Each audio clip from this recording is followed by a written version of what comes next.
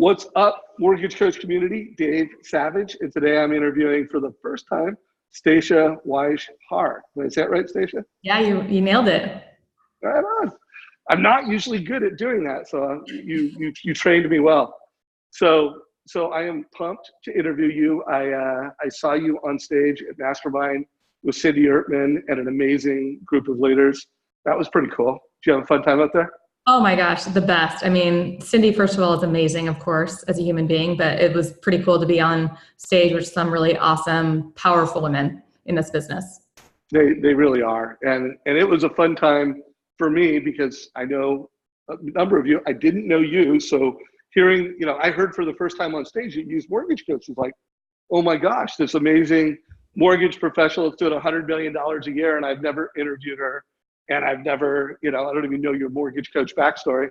So I'm pumped. And I know you're going to be getting interviewed by Cindy on the Mortgage Coach channel in September. So I'm pretty excited to hear that too. I'm really excited for that. Can't wait. Yeah.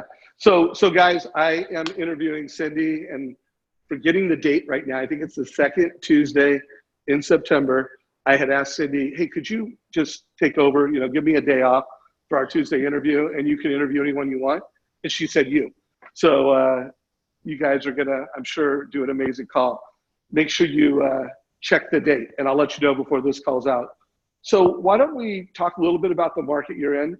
I know you're in Seattle, but tell us a little bit about your mortgage practice, and then let's get into some mortgage coach ideas.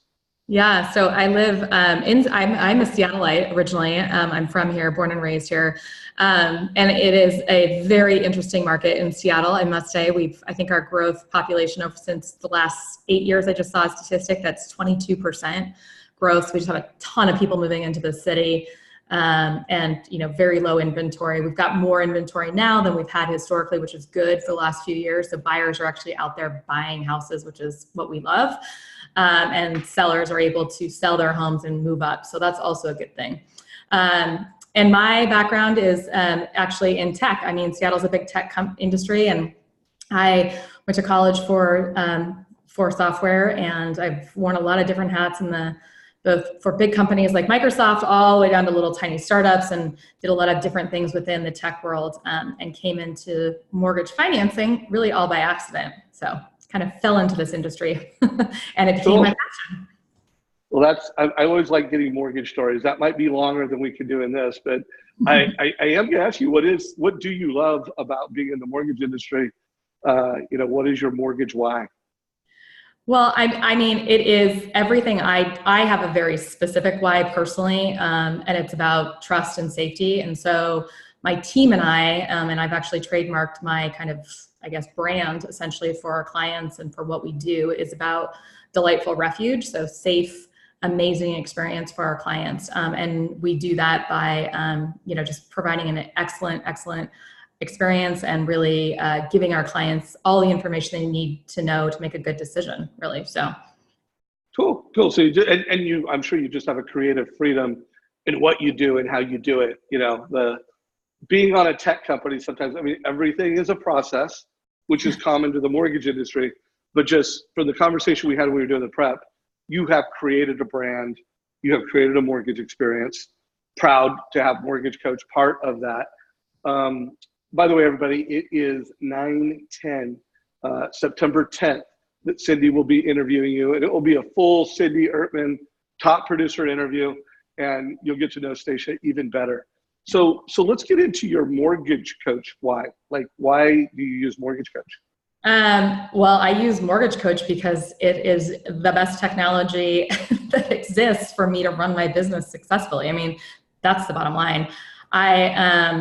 I've recently made a change to a new company, and one of the things I was looking at when I went through some change was really, does the company I want to move to have not only an investment back into technology, but good technology platforms? And Mortgage Coach was one of the first things that was on their list of technologies that they use for producers, and I was all in. I mean, my team and I came from we had a kind of a manual process we did around quotes and with education with clients, and this has completely changed our dynamic, how fast we can move, how quick we can move, But it is amazing technology. I can be on the phone with somebody and change it on the fly as I'm walking them through a quote, which I love, right? I can educate them by using Mortgage Coach and show them how the math really makes sense, where rate's important, but maybe it's not the most important thing for their financial situation. Right. And well, and rate's always important, but advice always trumps rate, especially if you know how to deliver advice. Now, do you use the mobile app at all? Do you use it on the desktop and the mobile device? Yeah, I'm constantly on the go. So I try to meet all my clients face-to-face if I can, and meeting with agents, referral partners. And so I'm always on the go. My team, I have a team that works for me. They're amazing. But they're power users of Mortgage Coach too. I also will just update something on my phone. If it's the weekend, I love it because I'll be with my 2 small kiddos and my husband, and I'll get a phone call and it's like, they got to make an offer today. And I'm like, okay, great. What's the address? Let's update the taxes. Let me pull rates in. Let me update it right now. Text them the updated cost analysis. And all of a sudden, boom, they're looking at it on their phone. I'm walking it through them. I've already had a kind of a baseline of education around the math, right? And the numbers and Mortgage Coach. So they're looking at it on the fly and going, yes, this makes sense. Yes, we can do this. Yes, this is a good payment. We're comfortable with this. Yes, this makes sense on the cash to close, et cetera. So I love the app. Don't take that away. Cool. Yeah, no, we never will. And so guys, Stacia's doing a lot of business. She did 9 million last month. She's on track to do 10 this month. And in a market that's highly competitive, it's important that you can deliver the best experience. But I mean, here's the deal. In every market, I don't care what market you're in, and people always say, oh, millennials want tech. You know what? Everybody lives on their mobile devices. Everybody's got Facebook on their mobile device. Everybody buys and tracks what they buy on Amazon. Most people are using Uber now. So, delivering that tech experience, it's just the expectation, I think, from a consumer standpoint. So let's walk through your customer experience with Mortgage Coach. And I do want to know, do you do the setup of the TCA, or does your team do it? Or do you guys switch off on who does it based off the situation? So tell us where in the process, and tell us who does what and when. Yeah, I'll talk about purchase business. I mean, refis are hot, yes, but we really focus on, we use this for all components of our business, but with our purchase business, once we get a pre-approval in the door, the next step for our clients is immediately we create a cost analysis in Mortgage Coach. I will sometimes do it. My team will sometimes do it. I would say it's more likely my team is doing it because I'm in meetings with other clients. So they're really kind of setting everything up initially. And then when I meet with a client, I will go through the analysis in detail just based around their pre-approval. And that is just like my baseline of education. Here's what it looks like to buy a house for, $500,000 or $250,000. Here's what it looks like. You mentioned that you were thinking in our initial conversation we had that you were thinking between $500,000 up to, $750,000. Well, let's talk about that math. And so I'll have varying strategies around what that looks like for the client. Got it. So it could be purchase price options. It could be down payment options. It could be interest rate options. Everything. You're gonna based on the conversation you're having, you're gonna finesse what are the right options, but you're always gonna show options. And then what do you call Mortgage Coach to the family? Like, how do you refer to it, and how do you introduce it to them so that they're like, oh, this is valuable and I'm gonna consume it? So I always tell my clients in the very beginning that I have a very specific process that I put you through, and it's not to be rigid or regimented, but I just know what equals success in this process as you buy a home. So we send them an email with the Mortgage Coach. We kind of put some content around there. If they have their kind of unique identifier, their URL. And then I schedule a time to meet with them, preferably face-to-face if I can. If I can't, then we'll be over the phone, and I will go through everything live. And I'll go through the cost analysis. Do you do the highlighting? Do you highlight it with Mortgage Coach? The highlighting, 100%, especially when I'm not in front of clients. Because I want them to be seeing things, and I drive the presentation as well. I don't want them clicking around. I want to drive where they go because I want them following me. I have a very much a sequence that they go in because I'm starting from a place of education, right? We talk about options. So if it's price, like you said, down payment, rate, if somebody's like, no, I'm 20% down, I'm buying a $300,000 home, great, boom. Then what we're going to talk about is we're going to talk about rate and APR all the way through, right? And point out those differences. Educating them on, that these are all just kind of made up numbers right now because you haven't identified a home. And when you identify a home and a property that you fall in love with on Saturday night, you're going to call me. I'm going to answer my phone. I'm going to update the math based on this specific property. I might ask you some questions around, hey, is 20% still, the goal here? Do you need to save any of that cash to do some fixes on the property, et cetera? And then I update it on the fly. And then we have a conversation that takes, 10 minutes, 10 to 15 minutes versus 2 hours if I wasn't setting it up properly in the beginning. So it saves you time. I mean, it's not only a customer experience improvement, it saves you time because you use this versus a fee worksheet. It is incredibly time conducive. I have always joke around with, Cindy, for example. She's like, what do you need more of? And I'm like, time. I literally need more time. And when we transitioned over to our new company and we started using Mortgage Coach, it was shocking to me how much time we were actually saving and how many actually more quotes we could get out the door quickly every single day without, kind of fumbling around on a fee worksheet that's not dynamic. It's not live. It's not interactive. It's not mobile friendly. It just saved me so much time. And it really gives me a little bit of my life back on the weekends with my family, which is so important to me. Love that. I mean, the two biggest reasons people say they don't adopt is I don't have time. And then they think it's actually more work. They think it's, oh no, this is a bigger conversation and it's going to take more time to create it. But guys, especially if you're listening and you're a big team, because there are a few big teams in Cornerstone that still don't use Mortgage Coach, although most do. For those of you that don't, it's just, again, there is a pain of change. So like, yes, there'll be, I think it's a week, like a week of change management. Yes. If you're not good with tech, might be a couple weeks of pain. But somewhere between a week later and 2 weeks later, you're going to get back time. Would you agree with that?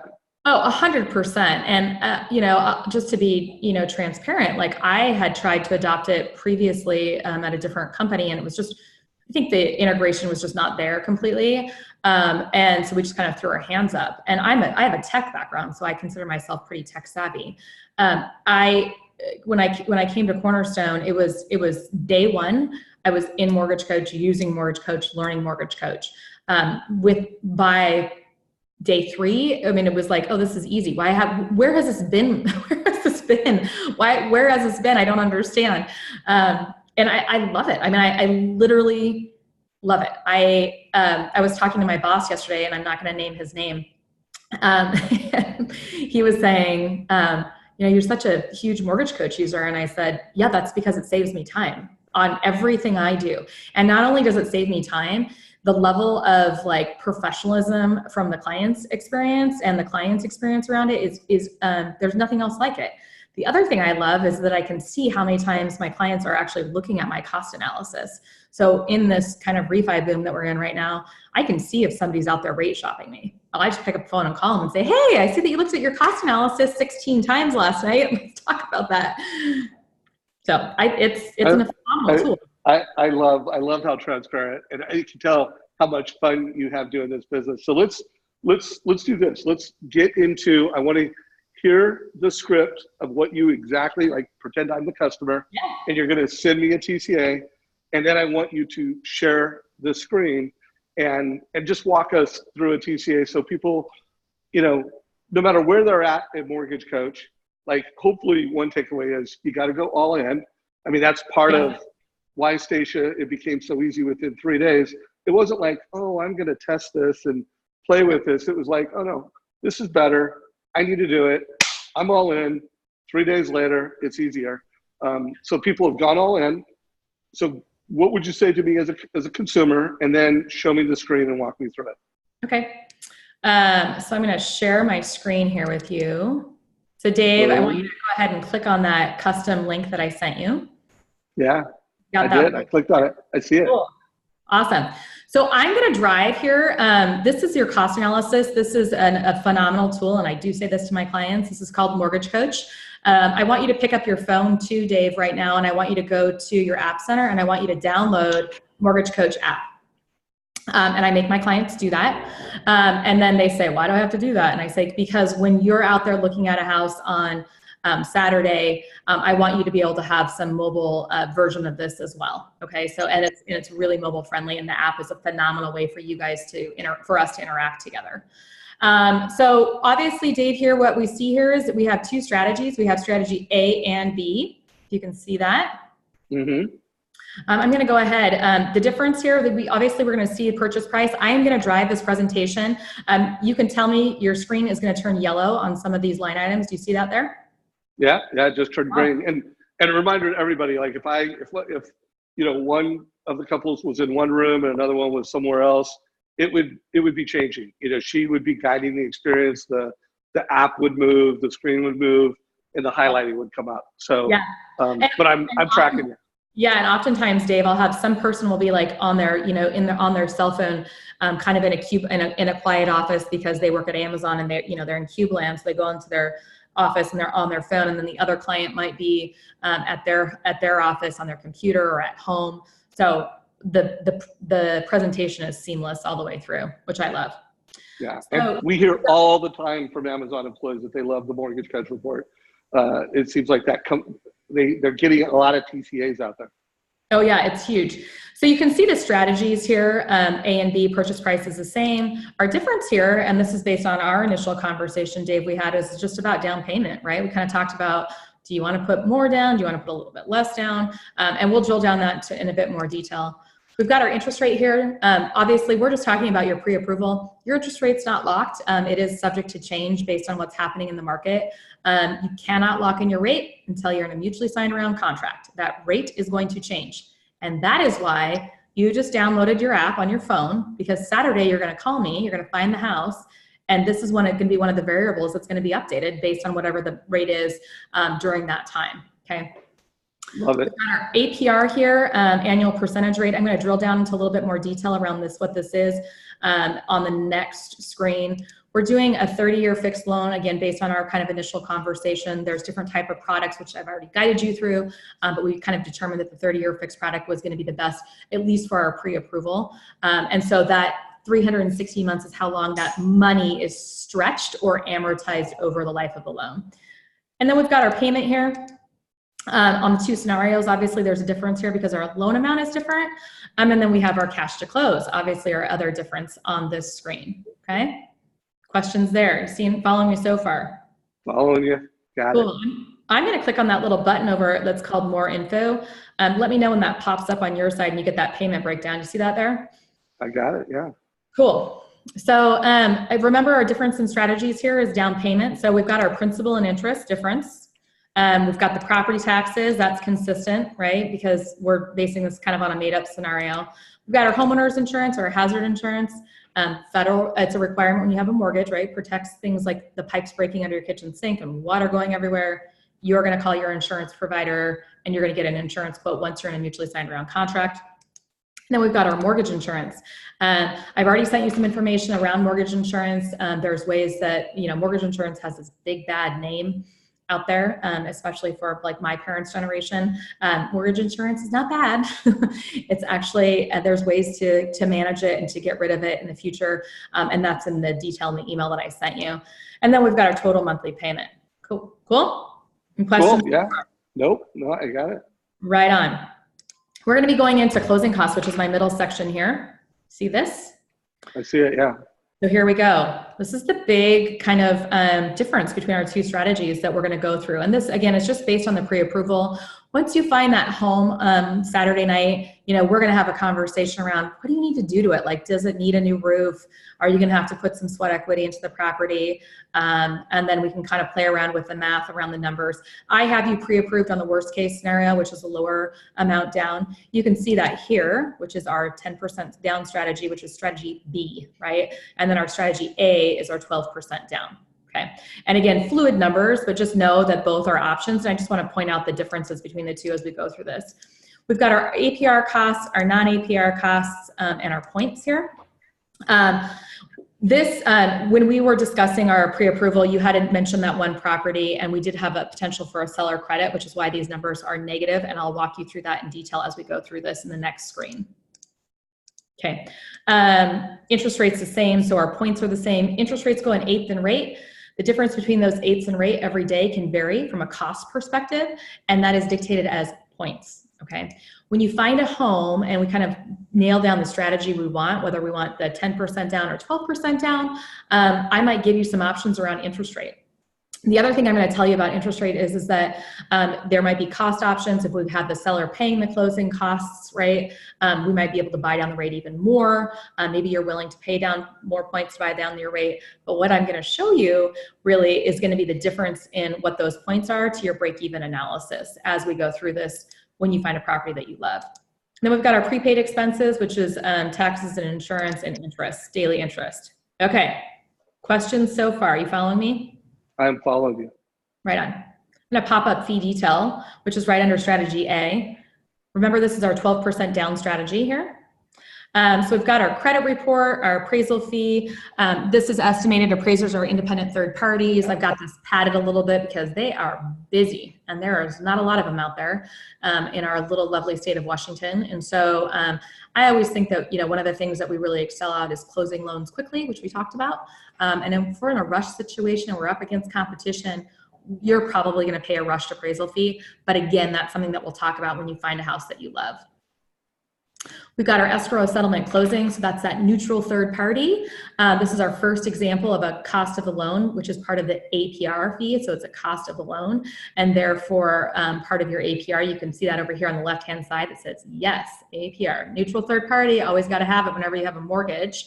This is an example of what the settlement fee might look like, we don't know who your escrow office or escrow company is going to be at this point. That will be determined once you're in a mutually signed around contract, and we'll pull those fees up. We're really good at estimating, and I always like to overestimate a little bit. So that's why we put this overestimation on this initial cost analysis that we're going through. Title insurance policy, so it must have title insurance when you have a mortgage. It's protection for you and the lender up to the loan amount. That's that indemnification. I have a good title. I have lots of title insurance stories. I always tell my client title insurance stories on why you should have title policy. Even if you're rich enough to buy a house cash, get title insurance. So we talk a little bit about title insurance. That's a third party fee, so we're estimating that at this point. We've got Cornerstone's processing and underwriting fees here. This is their cost of doing business. They charge us on every single loan that they do. Doesn't matter if the loan amounts, you know, 100,000 or 3 million. It's their cost of doing business. And my team and I are compensated based on when your loan closes and based on the service that we provide you. So I always like to point that out too, that this money doesn't go into my pocket. We've got the county recording fee. This is a King County fee. You're going to sign 2 documents at the end. You got your warranty deed. Everybody signs that in Washington State. If you're a law-abiding citizen, you're going to feel really comfortable signing that. I think I told you, Dave, that I got into this industry by accident because my first loan officer wasn't competent and left Microsoft to educate myself. And I read every single page of the warranty deed. I don't suggest that you do that when you get to closing. So standard document following the rules of the state and or owning residential real estate. And then you're going to have the mortgage note at the end too. Both of these documents are going to be stamped and notarized with a notary confirming your identity, and then taken down to the King County courthouse, and then you're going to get the recording numbers. And these documents are going to be recorded in your name, and they're going to charge you per physical page that they scan in. That's estimated at $250. We've got our doc prep fee. Again, we're a tech focused company, and so we use technology. This is one of the technologies that we use to push documentation forward, and so we pass that charge on to you. We've got our reserves down here, so if you can kind of see down here, do you see this prepaid interest? 23868 down here? I do, yeah, okay, I see it. Cool. So when we were discussing the property that you were really interested in, you know, we've got some interesting components to it, and I think we put on here that we were going to close the middle of September, or excuse me, the middle of August. So you're going to pay interest per day from the day you close to the end of the month. The differences between these two strategies, strategy A, strategy B, is the loan amount is going to be different. So you're going to notice that the interest per day is different. If we close mid-August, your first mortgage payment is not going to be due until October 1st, okay? And in that monthly payment, you're going to be paying monthly insurance. I think I showed you that on the first screen on payment breakdown, $75, and then also taxes, okay? Homeowners insurance or hazard insurance premium is paid very differently than car insurance or the renter's insurance that you're used to. It's prepaid in advance. So we collect that 1 year premium up front. The escrow company does at closing and then turns around and writes a check to your insurance provider at closing. And then we, as the lender, get to take 3 months of those insurance reserves, and we put them into this bucket of money called an escrow impound bucket. Not to be confused with that word escrow up above. It's your money managed by us to pay your taxes and insurance out of. First payment's going to be October 1st, right, in our scenario. Now we've got 4 months, 5 months, boom, boom, boom, all the way till August of 2020. That is 11 total payments. 2 plus 11 equals 14. Anniversary of your home closing, boom, we write a check again to your insurance provider for the next 12 months. Dave, there's an extra 2 months in there for a very good reason. One, we can assume you're going to miss a mortgage payment. You're never going to do that because you're my client. I'm not going to let you miss a mortgage payment. I'm going to coach you. You're going to make a good, safe decision. And I know you're not going to do that, but the federal government gets to assume, we get to assume you're going to do that. More likely, and I'm going to knock on wood and hope this doesn't happen, is those pipes break under that kitchen sink and water goes everywhere. That is covered by your homeowner's insurance policy. You call them mid-year because your friend came over and put artichokes down that garbage disposal and your pipes broke. Happened to me, true story. And then we get your premium the next year, and guess what? It went up to $1,000. Well, we have to have enough money in that impound bucket with that cushion to cover that for you, okay? So that's homeowner's insurance. I'm going to pop down to taxes, and that's kind of the last complicated thing we're going to talk about today. Property taxes are paid in Washington State. Every state's different. It's very funny. But Washington State's April and October. April first 6 months, October last 6 months. October, if we're closing in August, we're actually going to collect 7 months of taxes from you. This 266808 actually equates to 6 months, and I'll explain that in a second. So 7 months going to that impound bucket with your insurance. First payment is when? If we close in August? October 1st, right? And then one more month goes in. Now we've got 8 months. Boom, we write a check to King County for the last 6 months of the year. Your seller at the very end of this process is going to credit you for those days that they've occupied the home from the 1st of July through our closing date, okay? This, again, is just a rough estimate, but edification is our intention today, and so I want to guide you through this. And then you're going to keep making payments all the way till April. Guess what? Why is there a 2 month buffer above and beyond what's needed? Here's why. One, we can assume you're going to miss a mortgage payment. You're not going to do that. The second reason, and more likely, especially in our state, is that property taxes change every year based on levy codes and all the beautiful things we get to vote on as voters. And so we'll be notified of your new tax bill in March. Payments due in April, you'll be notified too. And that's why we have that 2 month buffer always kind of riding over what's actually due. Okay. And then we were, I spoke to your agent on that specific property that we were thinking about. There was going to be a sub escrow. So I'd like to throw that on here as well, just so you're aware that there could potentially be a fee associated with that. Again, that's estimated at this point. And then we've got our seller credit down here. Sometimes we like to show this different ways. Sometimes we'll take this and we'll just kind of, I'll change this where it says borrower up here. You see that? I'll change that to paid. But because we don't actually have a contract in place, I'm just kind of showing you loosey-goosey math, so to speak, or just guiding you and educating you through this. And so I just put a big lump sum seller credit down below. Okay. Any questions on this? Nope. Love it. And do you go through it in this detail with most borrowers? Like what percent are you kind of netting it out, and what percent are you going through it in this level of detail? 100% of my clients. Got it. So this is part of how you provide not only strategy advice, but transaction advice. So they're getting more education from you than they're getting from anybody else they talk to.